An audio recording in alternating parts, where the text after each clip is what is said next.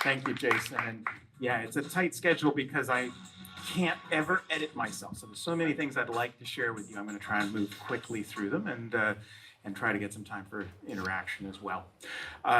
So this session is the first of 5 I'm doing today. This one is focused on student success, retention, and academic success. And so we're going to talk about largely what happens outside the classroom to support student success, but also to some extent I'm going to touch on things that will come up in the later presentations around teaching and learning and elsewise. The official bio gives you some of the basics about me. It doesn't tell you that I'm a lifelong Star Trek fan, so I'm a believer that that technology is ultimately a force for good, that humanity can ultimately live in peaceful coexistence. I'm an optimist, and you'll see that leak out here and there. I also spent 10 years of my misguided youth studying Shakespeare for my doctorate and trying to teach undergraduates Shakespeare, which is what led me to believe I did not want to become an academic. Then for a couple of decades, created a research company, Academica Group, that conducts some of the largest post-secondary consumer studies in the world. And some of that informs the things that I'll talk to you about today. Co-authored a book on strategic enrollment management for Canada with Jim Black out of North Carolina. That's available free on the Eduvation website if you're curious. It talks a lot about how you both brand a position, recruit, and retain students through the enrollment spectrum. And then most people in Canada who are aware of me at all are aware of me because I started a little daily newsletter called the Academica Top 10 that has become Canada's Inside Higher Ed with 25,000 readers. And I have stopped doing that now, which many people are unaware of, in order to focus on what's hopefully a 10-minute weekly video webcast called 10 with Ken. In practice, it's 20 minutes every 2 or 3 weeks, but I try to keep it going. And you can catch that on 12 different platforms. I won't belabor it right now. You were invited to bring devices with you today because I'm hoping to engage you in some real-time polling. The bigger the audience, the more interesting the results get, of course. But if you've got a smartphone or a tablet or a laptop with you that can get a web browser to open, take it to the URL polev.com/eduvate with a V. So polev.com/eduvate. Make sure you're not entering that into a search engine like Google because it won't find it. You want to enter it into Chrome or into your Safari browser in the URL line itself. If you just enter polev.com, it'll ask you to log in as a presenter. You don't want to do that. If you go to polev.com/eduvate, it should invite you to give a screen name, which you can just enter any random character you like. We're not going to use the screen names. And then we'll invite you to answer a question. Is anyone going to use a dumb phone to respond to these surveys? You can text your answers if you prefer. The phone number is 37607, and you start by texting the single word eduvate to enter the session, and then you can text your answers thereafter. But the first question you should find, and actually my laptop volume's off, guys. Can you keep it on for me? The question you should see there is just asking a simple starter question. What's your primary role at LaSalle College?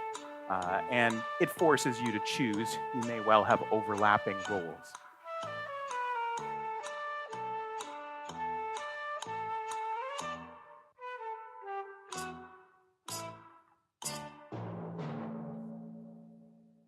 Okay, so it looks like most of the people in the room are administrators or board members, 60% of you. The early risers who were here for our first session this morning. But we've also got some advisors and student support people, some curriculum designers and teaching support people, and some faculty or instructors. One of the challenges to supporting students is their increasing heterogeneity, that as we've moved forward, students are getting more and more diverse on campus. Bill and Melinda Gates Foundation tried to map out what US enrollments would look like as 100 students. And you can see there's diversity in terms of whether they're online or face-to-face, whether they have children or not, whether they're on campus or living with their parents, whether they're on financial aid from the government or not, whether they're employed or not, whether they're enrolled full-time or part-time, what their ethnic background is, whether they're in 2-year or 4-year colleges, what age they are, and what gender they are. Plenty of diversity there. You could extend that even further. I think there are plenty of other diverse groups, but we're starting to see more and more participation in higher education from students who face additional hurdles and challenges, who are not as well prepared as traditional students were in the past. So my second question to you on your smartphones is just, if you had to choose 3 of these groups, which kind of students do you worry about most in terms of their success here at LaSalle College? So which kinds of students concern you most out of this set?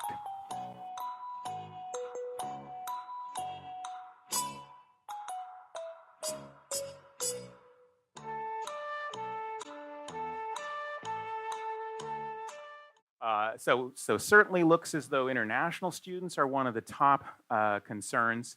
We're also concerned about students with disabilities and online students. And then we get to Indigenous students and other visible minority students, followed by teens, sort of high school direct students, students who have children, and male students as opposed to female students. I gave you the female students as an option, but far fewer people are worried about the female students in general. Okay, so we live in a world, an academic world, in which sometimes people think they can take a Darwinian approach to survival of the fittest. Simon Newman, president of Mount St. Mary's University, famously said the other day, you have to drown the bunnies, put a Glock to their head. You can't treat them like cuddly bunnies that you need to nurture. His presidency ended abruptly, and the reality is there isn't room in higher education for leaders to take that kind of mentality anymore. We need to support students. We need to get as many Canadians, Americans, as many students in our system as possible to fulfill their potential, to support the workforce, to maximize humanity's prospects for the future. So we can't take that kind of Darwinian approach. The episode on this topic is called 2016 Headaches Part 1, Budgets and Bunnies, in which I talk about a few other crises of confidence as well on campuses around the world. These slides I'll make available to you after the fact, so you can click on the footnotes or the episodes of 10 with Ken if you want to see more information. We talk a lot about student engagement. We conduct surveys like NESI and CESI to measure student engagement on campus. And we mean a few different things. So student engagement is a nicely ambiguous term that can simultaneously mean, are students engaging? How engaged are the students? And are we engaging the students? How engaging are we? So there's 2 sides to student engagement, the side the student brings and the side that faculty and staff bring. And engaging them is the responsibility of both parties. NESI's definition of student engagement is 2-sided as well. So it's both the amount of time and effort students put into their studies, and it's the institution's deployment of resources towards promoting student engagement. So again, both sides of this are coming together in the middle. In order to encourage student engagement, we're moving away from lecture models of teaching and learning towards much more active learning models. Active learning classrooms are proliferating in which students work in small groups. They're usually technology enabled. I'll talk a little bit more in the next session about teaching and learning practices and flipping the classroom and so on. And there's an episode of 10 with Ken just about active learning. Okay, so one of the things we need to do in order to help ensure student success is we need to ensure they're adequately prepared before they get to us. And this can take a lot of different forms. York University has a massive enrollment of students who are often at risk. They've measured carefully and studied the impact of various factors and concluded one of the high-risk factors for students is if they've skipped the formal orientation process at the beginning of term, they are at risk for not completing successfully. So one of the things we need to do is make sure they actually do show up for orientation in order to get to know the campus, get to know the facilities and services, and be able to maximize their potential for success. Some institutions like the University of PEI have created an online MOOC, a massive open online course, all about the university experience, so that as a sort of orientation before you arrive on campus, you can take the course to pick up study tips and tricks as well as basics about the campus facilities. For international students, a former international student at Sheridan College in Toronto created an app he called iSent, the International Center, to support international students before and during their arrival in Canada. Here's how Sheridan College staff describe using iSent. My name is Rama Ishaq. I work as an International Student Coordinator Mobility at the International Center. Today I want to talk about an app that the International Center has been using called iSent. The app basically designed to assist our new international students. We decided to launch the app in the initial phase with a focus on the important information that new international students need in their first 30 days at Sheridan and in Canada. So it provides a detailed pre-departure checklist, information on grocery stores, finding accommodation, banks, all of those detailed information that students would need in order to settle in Canada. And in addition, it also has great features such as study permit upload, submission of emergency contact information, and a lot of different information for when they are in Canada, such as their health insurance, banks, etc. So we've got online MOOCs, we've got online apps, we've got a whole range of ways in which we can support students to be prepared before they arrive and once they get onto campus. There are also some targeted interventions. Capilano University, for example, has created a certificate program, an 8-month certificate program for Indigenous students to prepare them, to bridge them into the academic context. It includes cultural touchstones and accommodations, as well as academic preparedness, and helps to move them into first year. They can also earn some first year credits during this 8-month program. So it's a bit like an international bridging program in the way that it operates. Okay, third question. How do you think we could improve the preparedness of our students? And I'm going to build a word cloud of your answers. So try to come up with single word answers, or if you really want to use a phrase, just use the underscore between words to hold the phrase together. So what are some things that you can think of that could improve the preparedness of our students?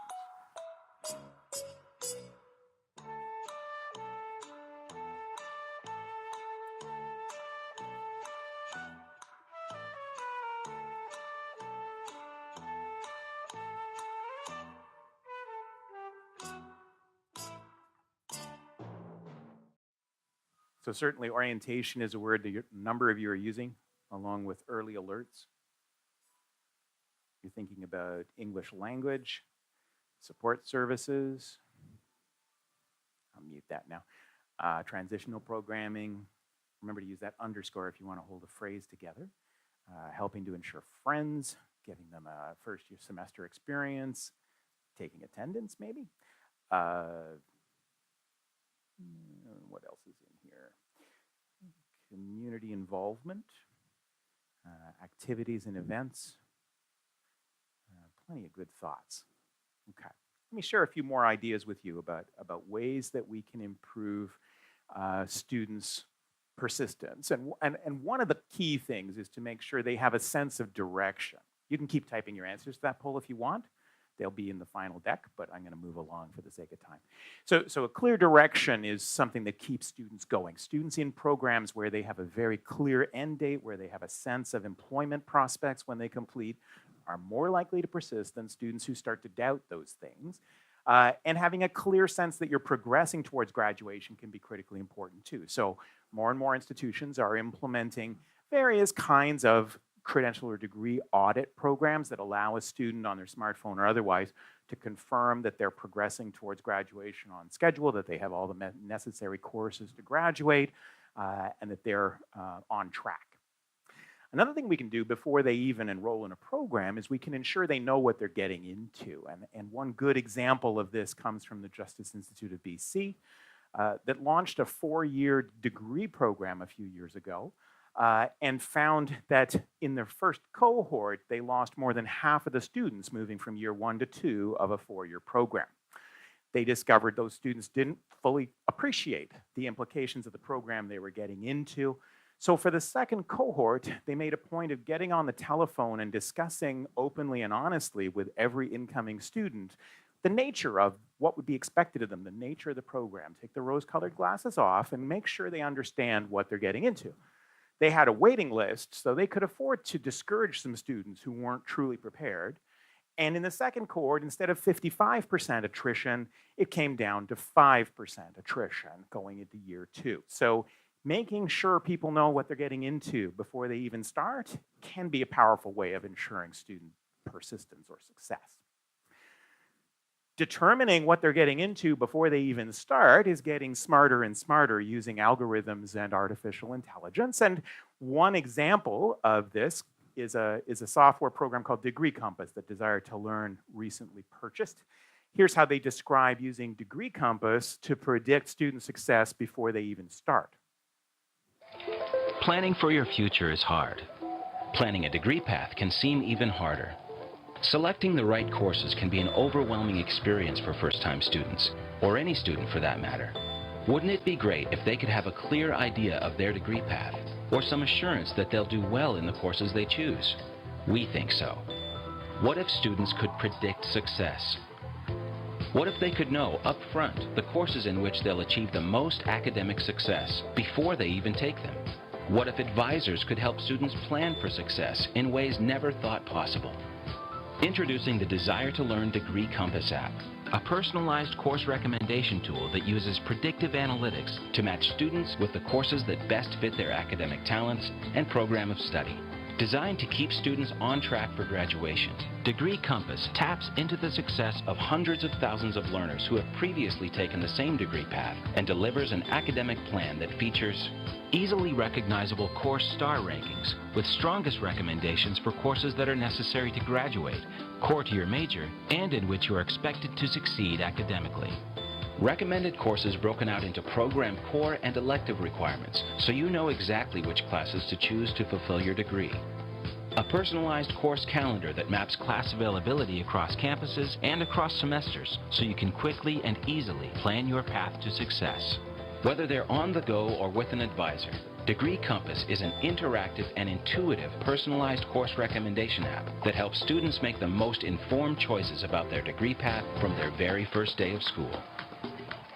So predictive analytics are still in their nascent form, but what they are capable of doing is taking big data from hundreds of thousands of students and predicting before you start how you're going to perform in a course. It reminds me of the movie Minority Report a few years back, in which the precogs in a tank could determine you were about to murder someone and lock you up for life before you did it. That sort of predetermined predictive analytics are capable then of looking at a student's past record, comparing it to other students' past records, and determining how are they best going to make it through the curriculum in order to graduate. So we could see far more sophisticated tools, really, for ensuring student success before they start. Another critical piece is ensuring students have mentorship and advising throughout. It's almost universal that students at post-secondary would like more advising than they're getting. It is a challenge to provide students with true one-on-one advising, but some institutions are certainly making the effort to do it. And that's because study after study is telling us that students' mindset in the first few weeks of class determines how likely they are to persist. At Fanshawe College, a study of 6,500 students found that the more they felt like a number at the beginning of class, the less they felt like anyone here would care if they persisted or not, predicted 12 months later whether they were still enrolled or not. So in the first few weeks, that mindset is reflecting how they're going to feel a year later.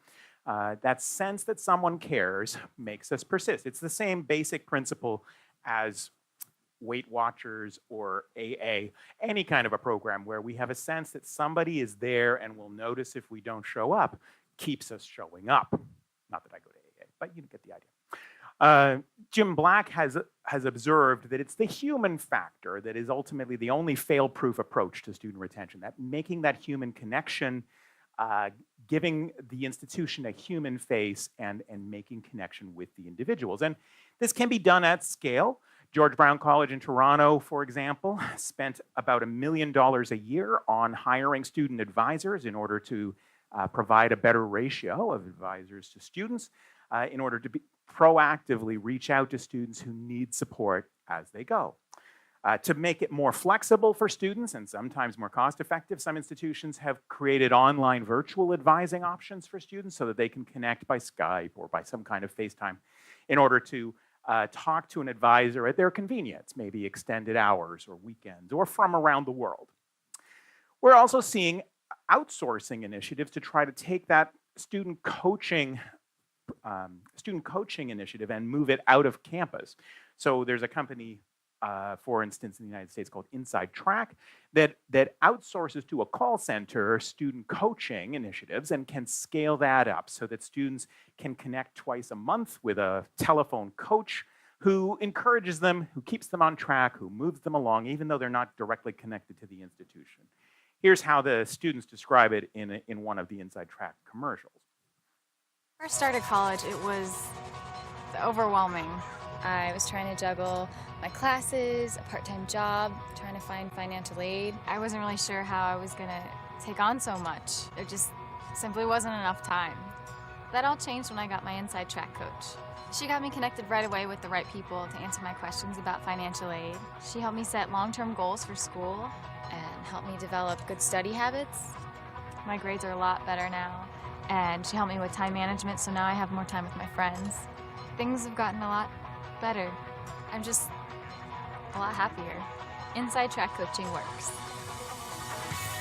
So, whether we're talking about Olympic coaches or executive coaches, life coaches, parenting coaches, more and more coaching is part of our culture, and students seem to benefit from that coaching too. Now, in the commercial, you would expect it to say Inside Track coaching works, but an independent study from Stanford took a look at thousands of students on multiple campuses and concluded that using that kind of bi-monthly telephone coaching increased student persistence 9% after the first 6 months and 15% after 2 years. So it was noticeable and a significant impact on student persistence to have that personal connection with someone to talk to make them accountable, to keep them on task and on track towards graduation.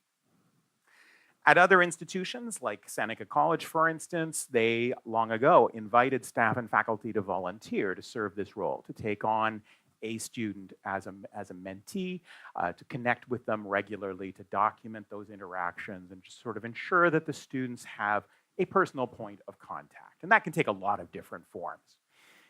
Perhaps the best scenario is one in which the student makes a personal connection to the professor, and at some institutions where class sizes can be hundreds of students in a class, that can be challenging. Georgia Gwinnett College in Georgia gave all of their faculty smartphones and encouraged students to text or call those faculty members to connect with them directly. It resulted in students feeling much more connected and cared about, but it obviously is an extreme example of trying to create that interaction. At a conference in Toronto for 23 colleges talking about student retention, we had a panel of students I was moderating, one of whom observed that ultimately, if students see that teachers don't care, then they're not going to care either. The passion for the subject, but also the confidence in the student and their success is critical as a incentive, as a motivation for students to persist. In the next session on teaching and learning specifically, we'll talk some more about how faculty members can encourage student success. But okay, so another poll question. Are there ways you think in which maybe you could personally connect more with students or with more students here at LaSalle? So just thinking out loud for a moment, but anonymously. What are some ideas? And again, use that underscore if you've got a phrase you want to put into the poll, or if it's just a word. What are some ways you could potentially, personally, in your function here, connect more with students?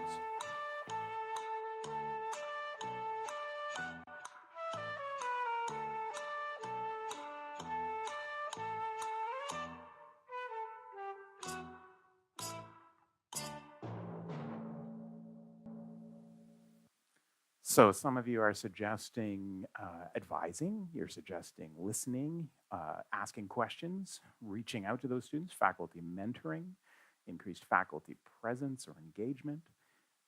You're suggesting monthly cohort meetings. You're suggesting customer, I think I saw focus groups in there of students, various kinds of industry connections, classroom visits, mentoring, chats, all sorts of ideas, and that's good to see. So yeah, my goal today is just to start you thinking about some of these things that you've probably considered already.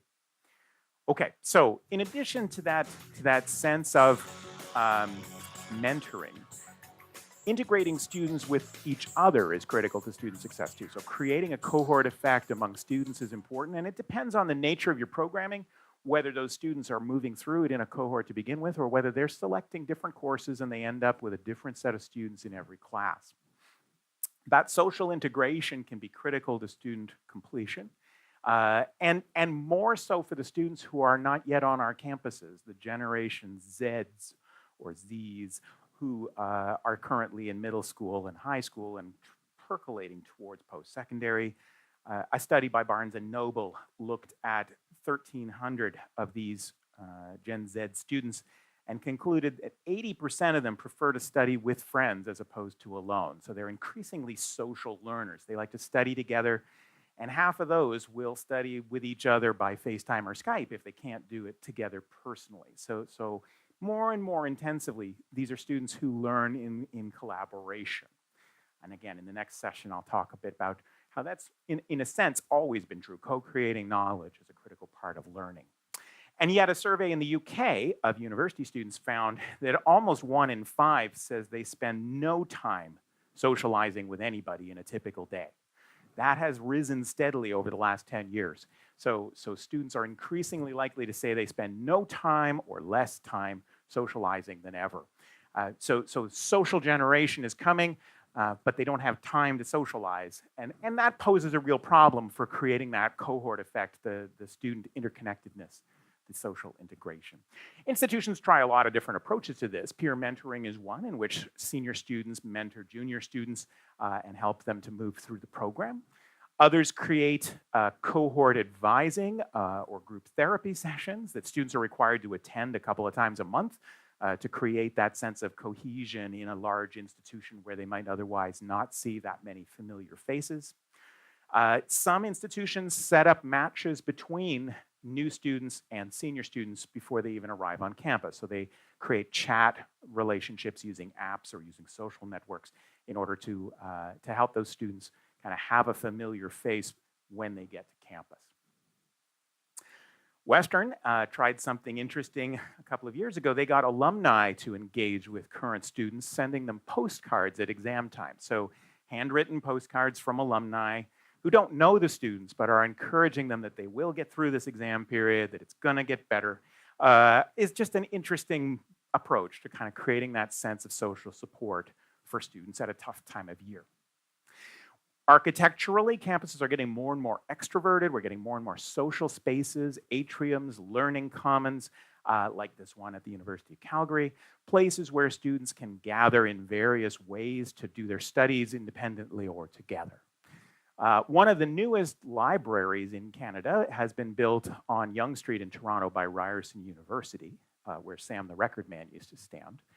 And that library doesn't have books in it, so it seems odd to call it that. They call it a student learning center. And when I was at the University Fair a couple of years ago, I interviewed the president of Ryerson, Mohammed Lashemi, about that new building.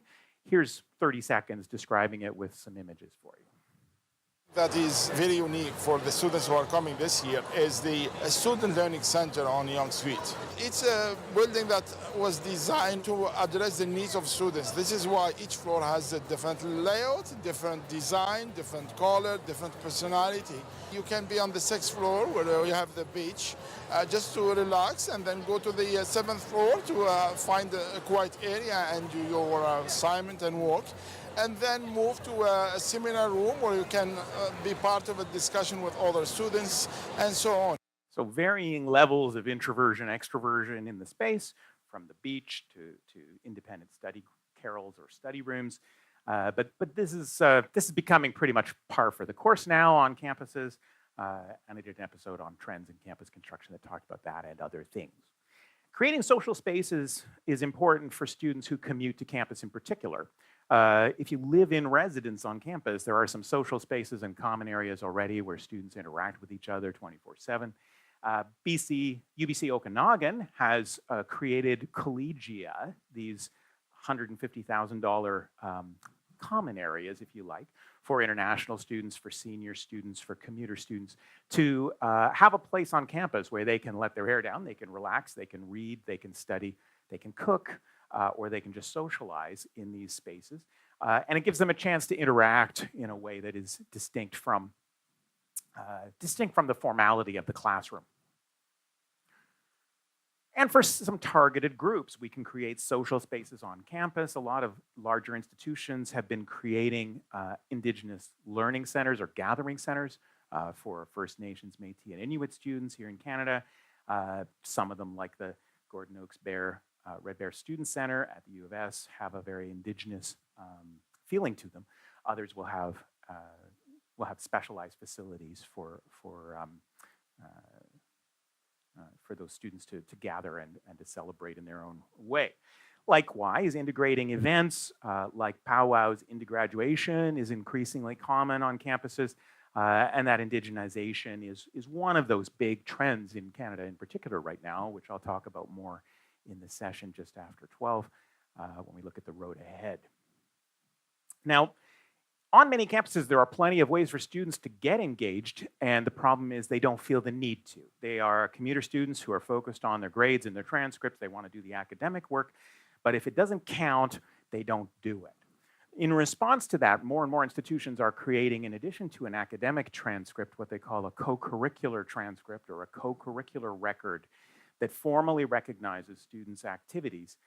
Like even the University of Toronto, who created a short video to describe how the CCR works. Co-curricular record is an official document that recognizes the co-curricular experiences of University of Toronto students. It is done through a searchable database, so it's more than just a record. It is actually a whole program that recognizes activities, allows students to search them, and attaches competencies and learning to the activities that they participate in. I am very excited to finally see the CCR being launched. I think that a lot of students on campus who are involved, it's kind of like a sigh of relief to know that there's finally going to be a better way to legitimize what we've been doing all these years. And I think it's great to see so many people, student staff and faculty, celebrating student involvement at U of T. From working with students, they are more successful in terms of having a way to complement their academics with curricular activities, and it's a great jumping point for students who don't know how to find activities and for students to feel like their work is being validated in a different way and acknowledged by the institution. There are so many skills that co-curricular involvement can give you, and having a record to be able to point to and just very easily explain what it is you were doing for 4 years. That's an important thing to be able to put on a piece of paper as well as your degree. So the co-curricular record typically would track students' experiential learning, co-op placements, international exchange, but also their involvement in student clubs, in athletics, in other facets of campus life, politics and government.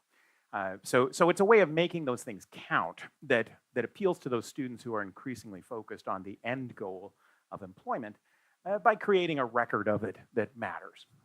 Another way to encourage students to access services on campus that they might otherwise not, that might be stigmatized, they might feel they don't need the support until it's too late, is to go the path that University of Regina and a number of US schools have gone in offering students a guarantee. So at U of R, the guarantee says, if you graduate and you're not employed within 6 months of graduation in a related field, you can come back and take free courses. The guarantee, however, is only valid if those students have accessed a bunch of student services, have engaged in some experiential learning opportunities, have developed themselves through workshops on employment and employability. So in practice, very few students have ever asked to use the guarantee. But what the guarantee has done is it's destigmatized the use of those student support services. So students know that if they access those support services on campus, they're just making sure their warranty doesn't expire. They're essentially saying, I want the guarantee to be in effect, so I am going to use all these services that I otherwise really don't think I would need, but I'm going to use them anyway. And so you're increasing utilization of campus services, in order to improve student success outcomes ultimately. Okay, so another word cloud. What are some ways we could help students to connect with each other here at LaSalle College? Let me change the word cloud for you. What are some ways in which we can improve that social integration, improve that interaction between students, create more social cohesion in the cohort outside of the formality of the classroom? So single words or phrases with the underscore in them. Are there some things that come to mind as ways that we can improve student interactions with each other?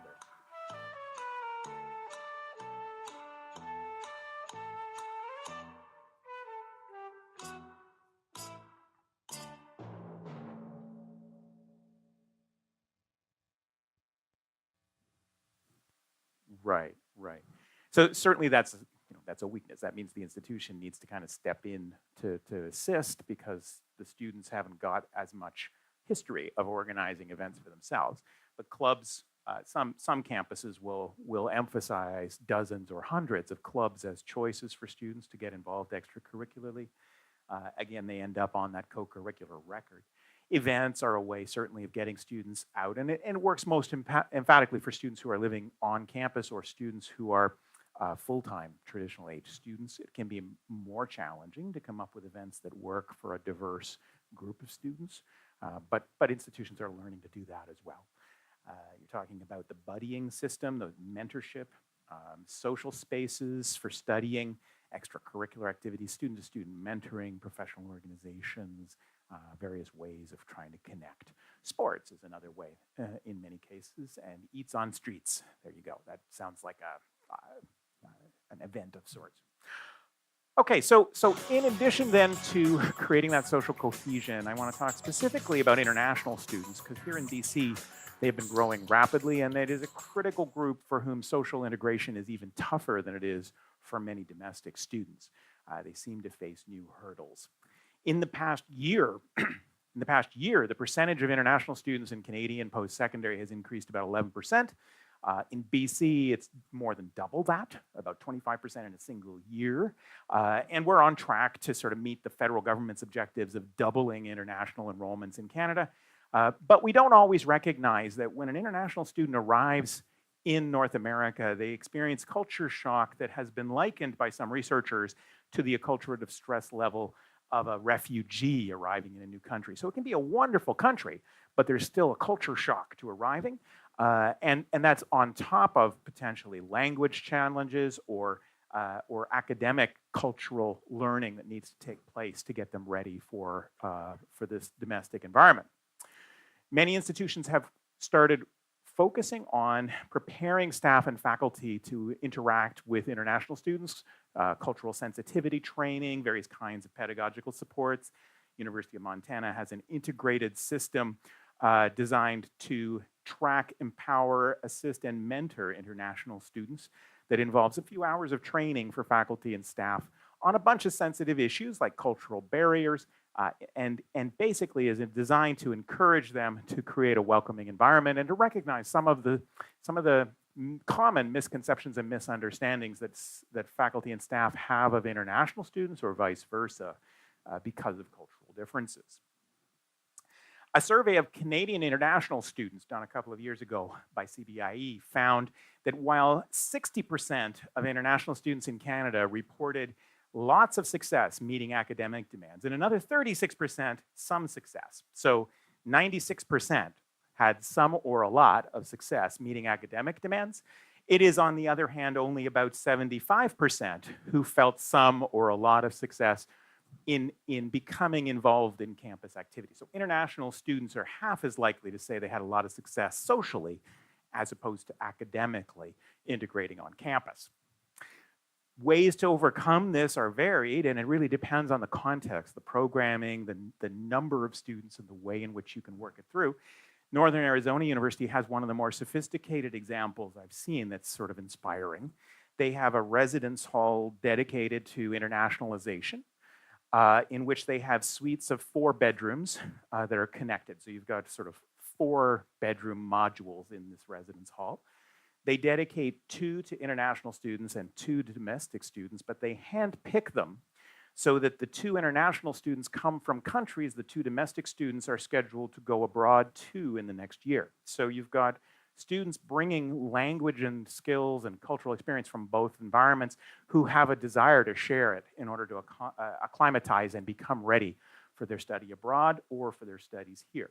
It's a very cool example of how you can make that work if you've got sufficient numbers of students going in inbound and outbound international students.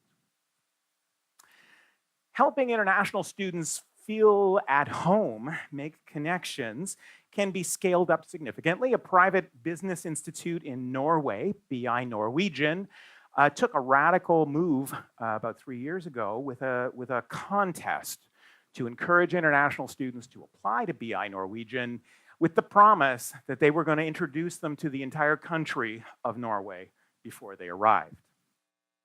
Do you want to study abroad? We've decided to give one of you a flying start to your new life by pre-introducing you to everyone. Let's start with everyone at our campus. Our marketing class will create billboards highlighting your personal interests. Post them all around the neighborhood. We'll also include a short documentary about you on national television.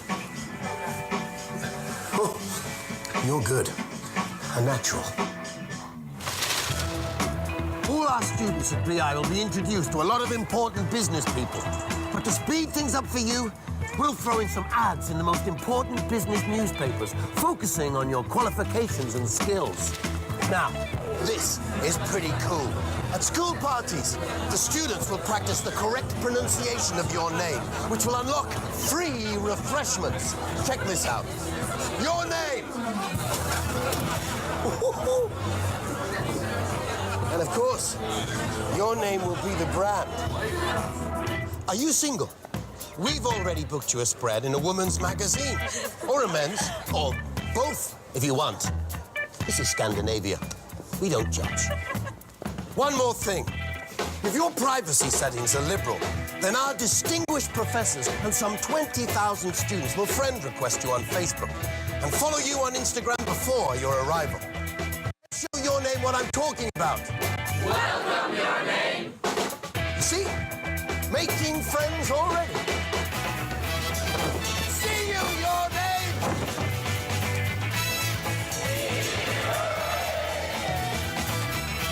A very slick commercial. It's been viewed more than 2 million times last I checked online. It attracted 3,000 applications from 200 countries, and the winning application came from a young woman from Mexico named Emma Pinto, who got her branded refreshments with her name on it, and spent her 2 years at BI Norwegian getting to know the entire country. That's an extreme example, but it does underscore, I think, the difference between making those social connections and not, and just how that might look in a perfect world. Student success and retention also hinges on their health and wellness, although many young people are oblivious to their health and wellness and really don't realize until they hit, say, middle age, just how hard it is to stay healthy after that. Survey out of the UK again found, actually I think this was an international survey, found that more than half of typical aged undergraduates never exercise at all. So they build these $100 million athletic facilities at universities that don't actually get used by half of the students. But the students want to know that they're there because it makes them feel better. Sort of like our gym memberships make us feel better whether we get to the gym or not. We also know that nutrition is critical for student learning, and some studies have found, like these ones at Valdosta State in Georgia, that students who not only eat breakfast, but who eat breakfast on campus are 10% more likely to succeed at school than those who do not. So they've been advertising and promoting on-campus breakfast to try to improve student retention and success at their institution.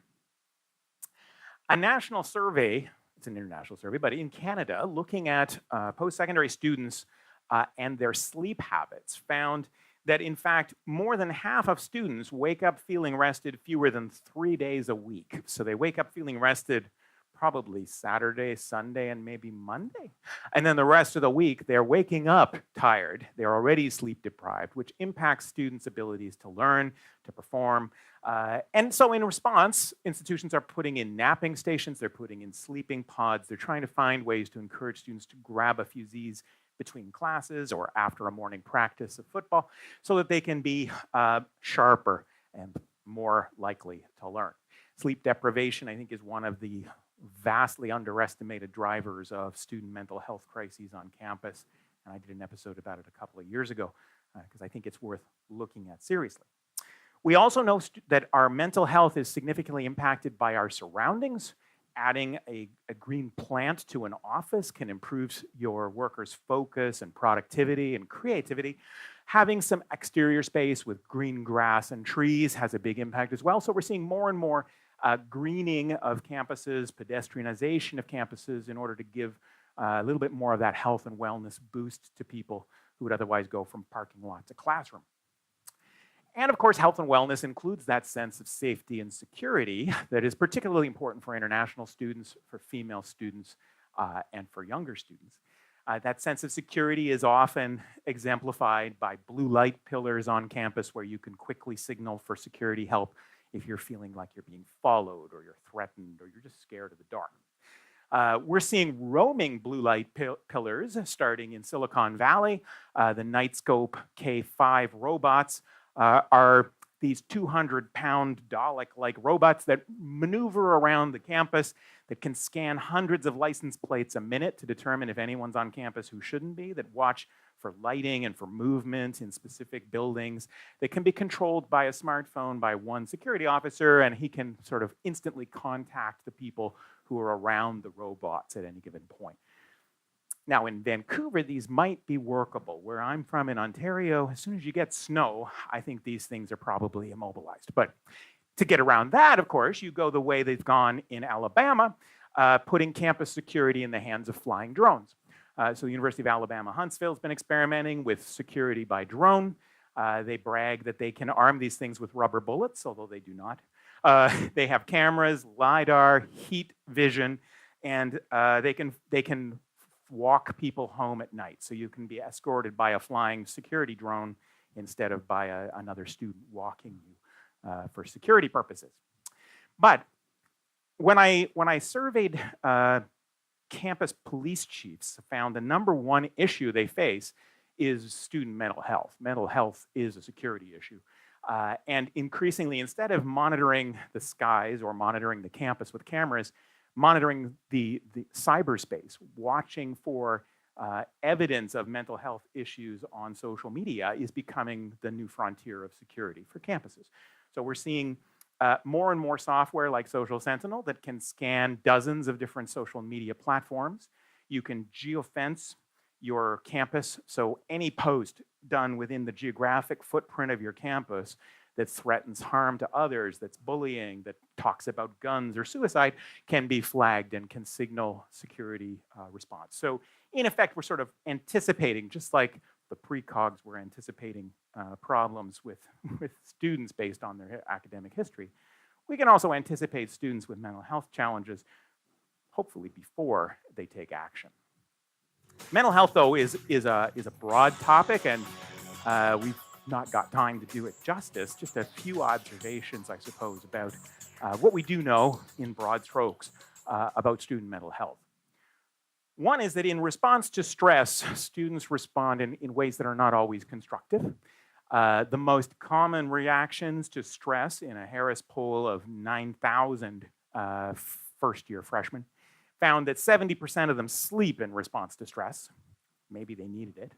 64% of them watch TV or immerse themselves in video games, so they basically just avoid. These are avoidance tactics, I guess, in response to stress.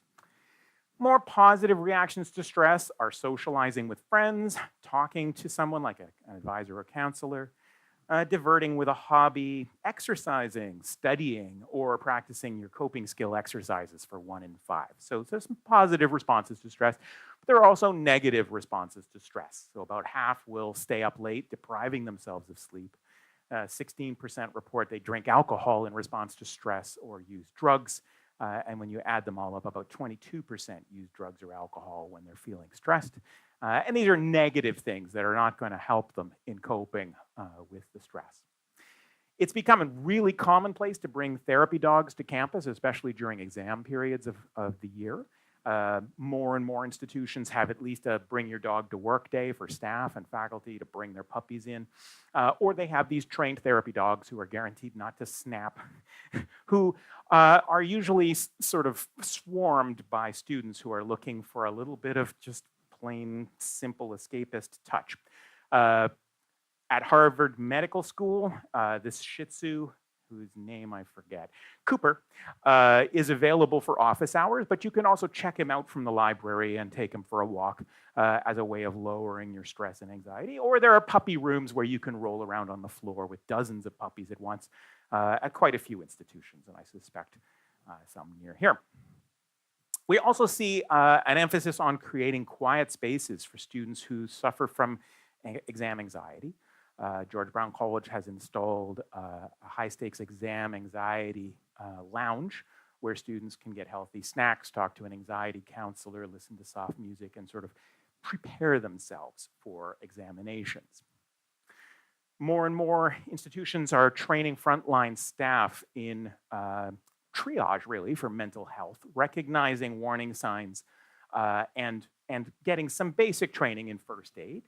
At Fanshawe College, all the frontline security guards, residence managers, counter staff get 120 hours of training every August to prepare them to recognize the warning signs of mental health challenges, to know how to refer, how to respond, and how to listen to students who are experiencing stress and problems. Some institutions like U of A are creating teams of outreach people to help prepare faculty and staff in order to intervene, to listen, and to assist. And examples go on and on. If you have some thoughts, let's gather them now. Just what do you think, if you were trying to identify 3 or 4 drivers of mental health issues for students at LaSalle, what are some of the things that come to mind, I guess, that might be driving the mental health challenges?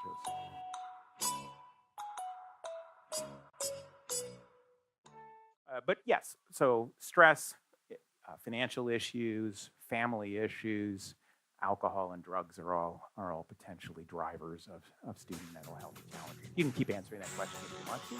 I'm going to charge along. I think one of the critical things to underscore is that while a lot of our focus on student success and retention is on how do we help make up for deficiencies in the student, the reality is that it's far more effective, just like any relationship, to look at ourselves and say, what could we do differently, rather than how can we fix the other person, right? This is classic marital therapy stuff. Kay McClenny, a former director of the Community College Survey of Student Engagement, has observed that really we ought to be looking at programs that are designed to fix the institution so it's more effective at serving the student. So removing unnecessary obstacles and inflexibility, making systems smoother and more fluid for students, improving their likelihood to succeed because the pathway is simply not strewn with as many landmines. A study at the City University of New York took a look at community college student success and developed a multi-part program that has been demonstrated to double the rate of on-time completion from 25 to 50% for students. It is not cheap. It's costing millions of dollars a year to implement this, but it includes block scheduling first-year students in common cohorts, so they're together in several courses, academic planning seminars, twice-a-month advising sessions, one-on-one tutoring support, tuition waiver beyond financial aid, so not just covering tuition, but also covering some living expenses. So if you give people enough money, that financial stress goes away. And free textbooks, which is in a sense another kind of stressor. So it's not cheap, but we know we can double the on-time completion rates through financial supports, academic supports, and some social supports, which sort of reinforce the observations I've been making. A lot of that doesn't look very practical or affordable for most institutions, but one thing that has caught government attention, especially here in British Columbia, has been the move to cut textbook costs. And so BC Campus has been pushing for several years now the idea of developing open education resources, OER textbooks, that are free for the student, that can be used under a Creative Commons license, so faculty members can mix and match and assemble the textbook they want for a course. They are being peer reviewed, and they're being developed for the largest first-year classes in colleges and universities around BC, in California, and in multiple other jurisdictions. What studies are finding is, of course, 10% fewer students are dropping courses because they actually have the book from the beginning. It makes a big difference in student success and retention. Next session, we'll talk teaching and learning. We'll certainly go into more depth about using OER textbooks, because I think it is one critical way in the classroom that we can help. Customer service, when I was a student, looked like this. Typically, the office was closed before 10 a.m. It was closed from noon till 2 for lunch. It was closed again at 3:30 for the rest of the day. So if you got there at just the right time, you could get somebody before they rolled down the metal barricades and services were closed. But in the past decade or so, we've seen increasingly customer-focused mentalities around student services on campuses. One example, which was just the first I noticed, was almost 10 years ago at the University of Calgary, where they created a one-stop student service center with clear signage around campus to lead students to it. It is a single office in which you can get assistance with registrarial questions, with financial questions, with bursars and transcript questions. You basically take a number, you sit and wait in this comfortable lounge, which is so popular. It's so comfortable, students are using it as a study lounge, not just a waiting area for the one-stop service center. And then you sit down and you talk to one advisor who can help you through, because they've been cross-trained on multiple different issues. Very different from going from across campus to find closed wickets at various offices like the old days. UBC here in Vancouver pioneered a new approach they called N3, names not numbers, which assigned every incoming undergraduate student a personal contact who was cross-trained for enrollment services in all those different areas.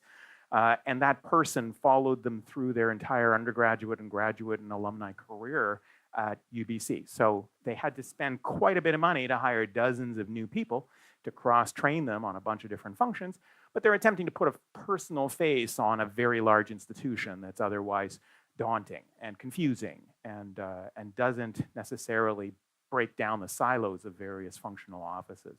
So that's an example. Smaller institutions may find much more efficient ways of doing this, but the idea is, how can we make services more approachable to students? How can we simplify the process? And from an academic perspective too, a lot of students who don't complete their programs don't complete because they just couldn't get the last course or two required in order to graduate. It's been observed by a former president of the University of Nevada, Reno, that can be enough to get them to drop out or to transfer to another institution if they're just missing a course or two. So what they did at U Nevada, Reno, is they created a position, a director of core curriculum, whose job is to cut through the red tape and make sure that students get the courses they need to graduate. And he works with about 60 students a year, just making sure that they've got necessary courses, even if it appears that advisors can't get them into it. We also see institutions working to make the institution a bit more flexible. So instead of a policy that says basically these students are expelled, they're suspended because their academic performance was too low, institutions like Brock have said, no, let's create a program to support those students instead. Let's put them on probation, in effect. Let's give them a second chance. And so they move into a specialized program in which they are forced to take a reduced course load. They are forced to attend advising sessions and some workshops. And then after that term, they're reevaluated for return to the program. And as a result, about half of the students who would be facing suspension otherwise have opted to take the second chance term instead. Serving students in more fluid ways is the idea behind BCIT's move several years ago now to open up their library in Burnaby for extended hours, 24/7 extended hours in a library computing lab, so that students can come in at any time, day or night, to use the workstations. And I think this is becoming more and more common at exam periods on most campuses, But 24/7 lab access is something a lot of art schools are using for workshops and for studio space, and sometimes for libraries at universities. And providing students with support services where they are, when they want them, includes mobile technologies and online services. So in a number of jurisdictions, you'll find collective efforts to create reference librarian support services by text message, chat, or email, or tutoring support services likewise by chat or email that allow students to sort of pose their question and get a response. And frequently, the student would rather text the question than walk 10 feet across the room to talk to the person at the desk. They just prefer to look foolish online rather than in person.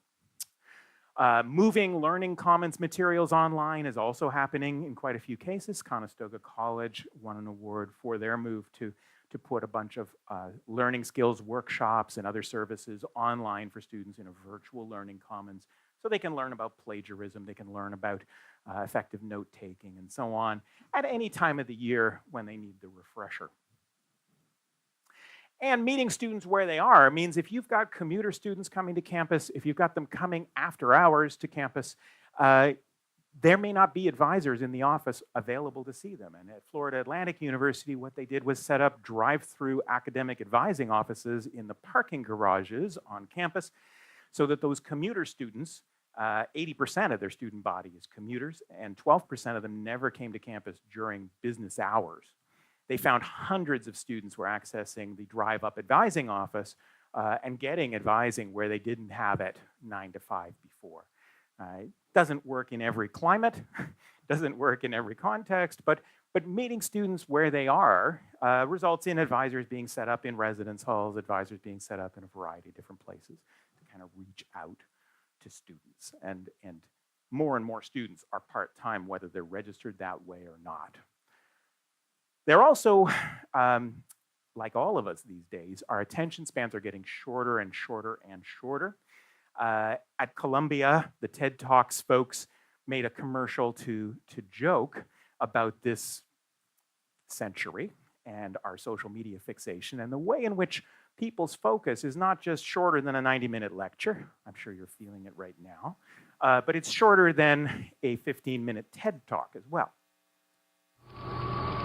The best of ideas were being shared with the greatest of ease.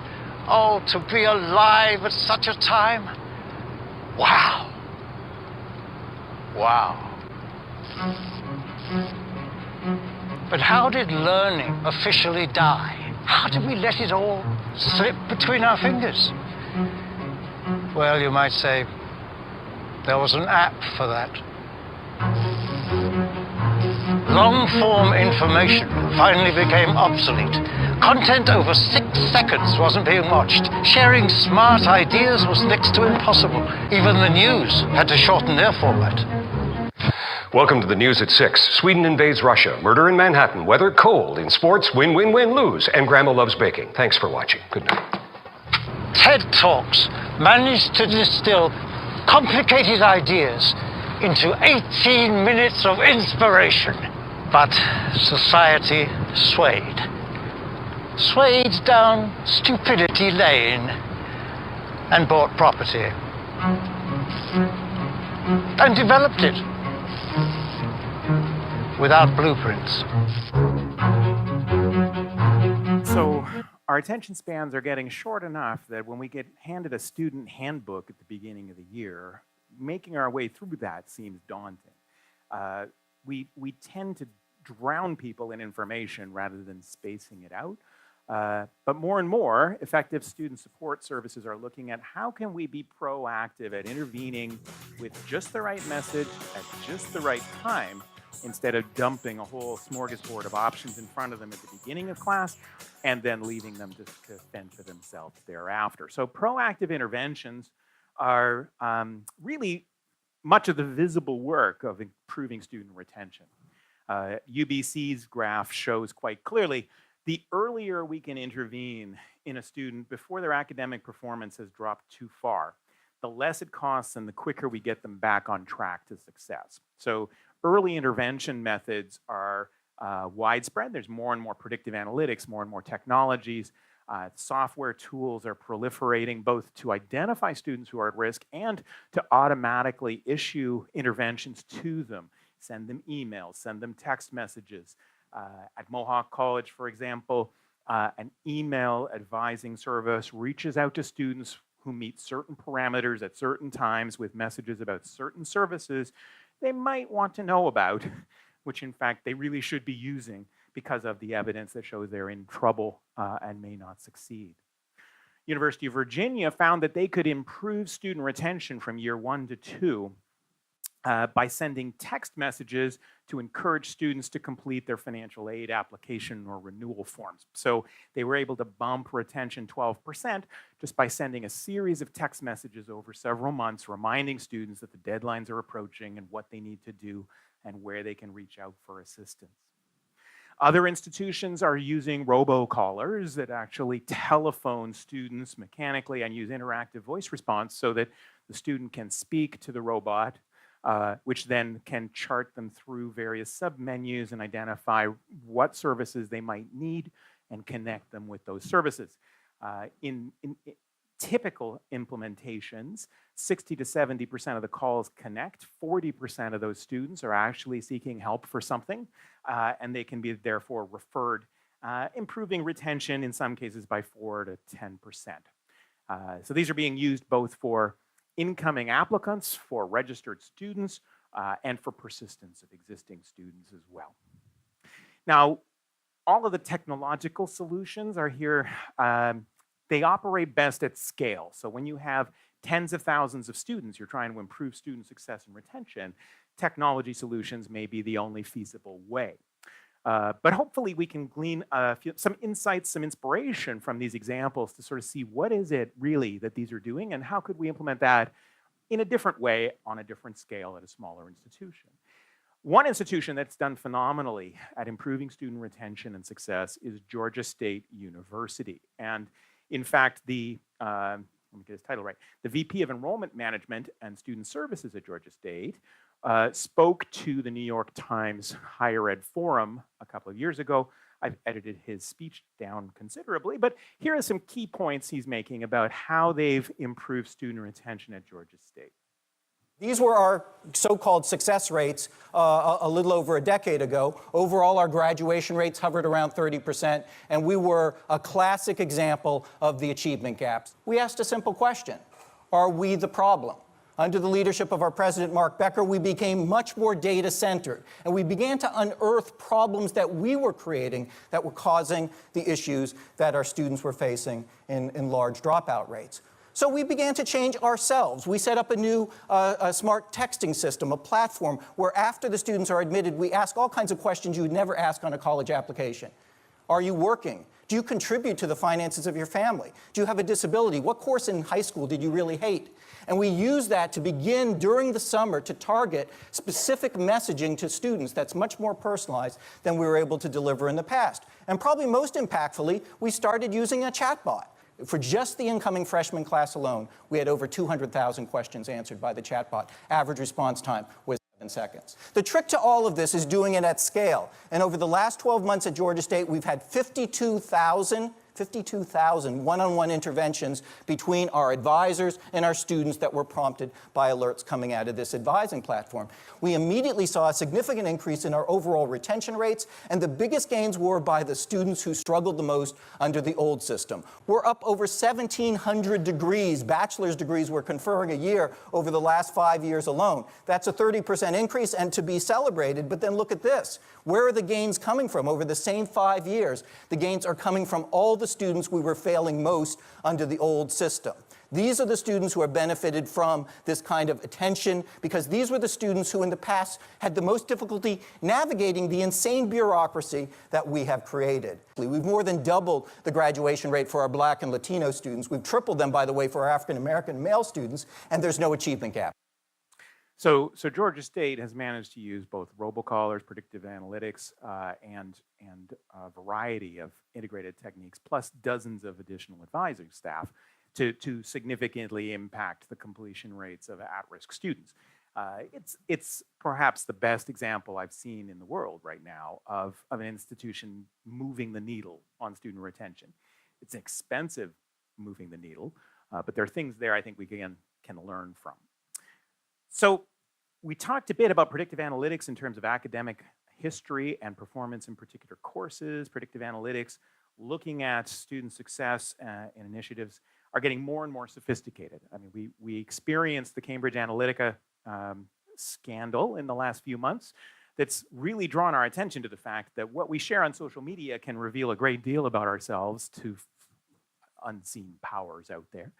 But there are even more insidious ways in which we could use these kinds of intuitive big data solutions to drive positive initiatives like improving student success.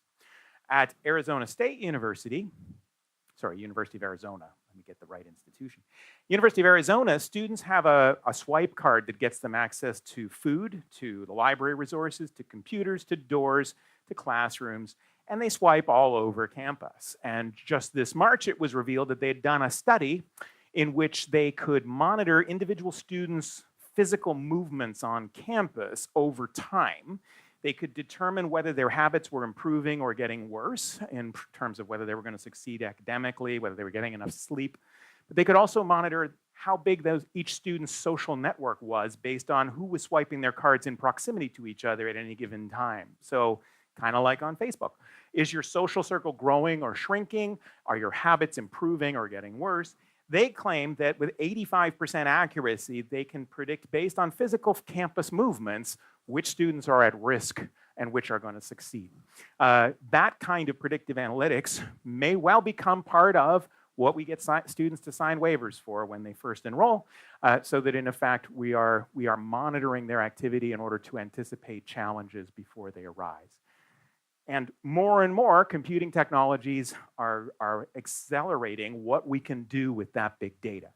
I'm going to talk more about that in the next session, but IBM's Watson cognitive computing platform is currently one of the more sophisticated examples of an AI system.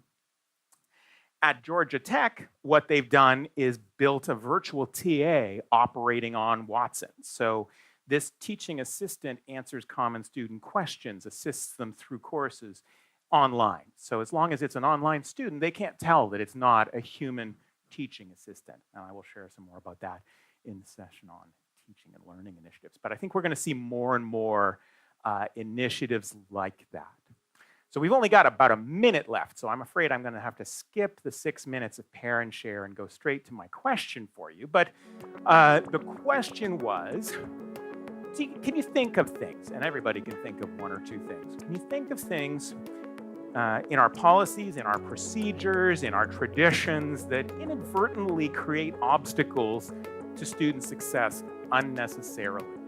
And for this question, I invite you to write in full sentences. You don't need to use the underscore character. We'll just gather the thoughts as sentences, and I'll embed them in the slide deck when we're done.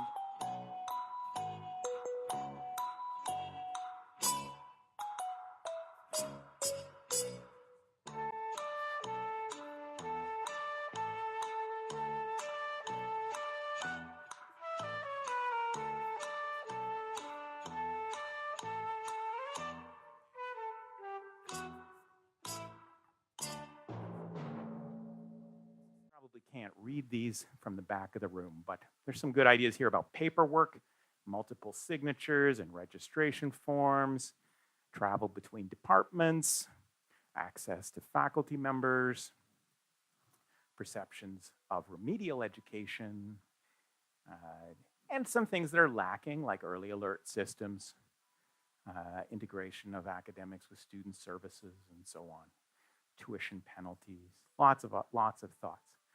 I'll encourage you to keep typing in your thoughts, because like I said, we will gather these and put them forward with the slide deck when it's done. But I'm conscious that I was supposed to wrap up at 10 o'clock, and it's now 10:01 with 50 seconds. So I'm going to thank you for your time. Listening to lecture for 90 minutes isn't an easy thing anymore. And I'm happy to take some questions or comments from the floor if I'm allowed, or if we have to move along,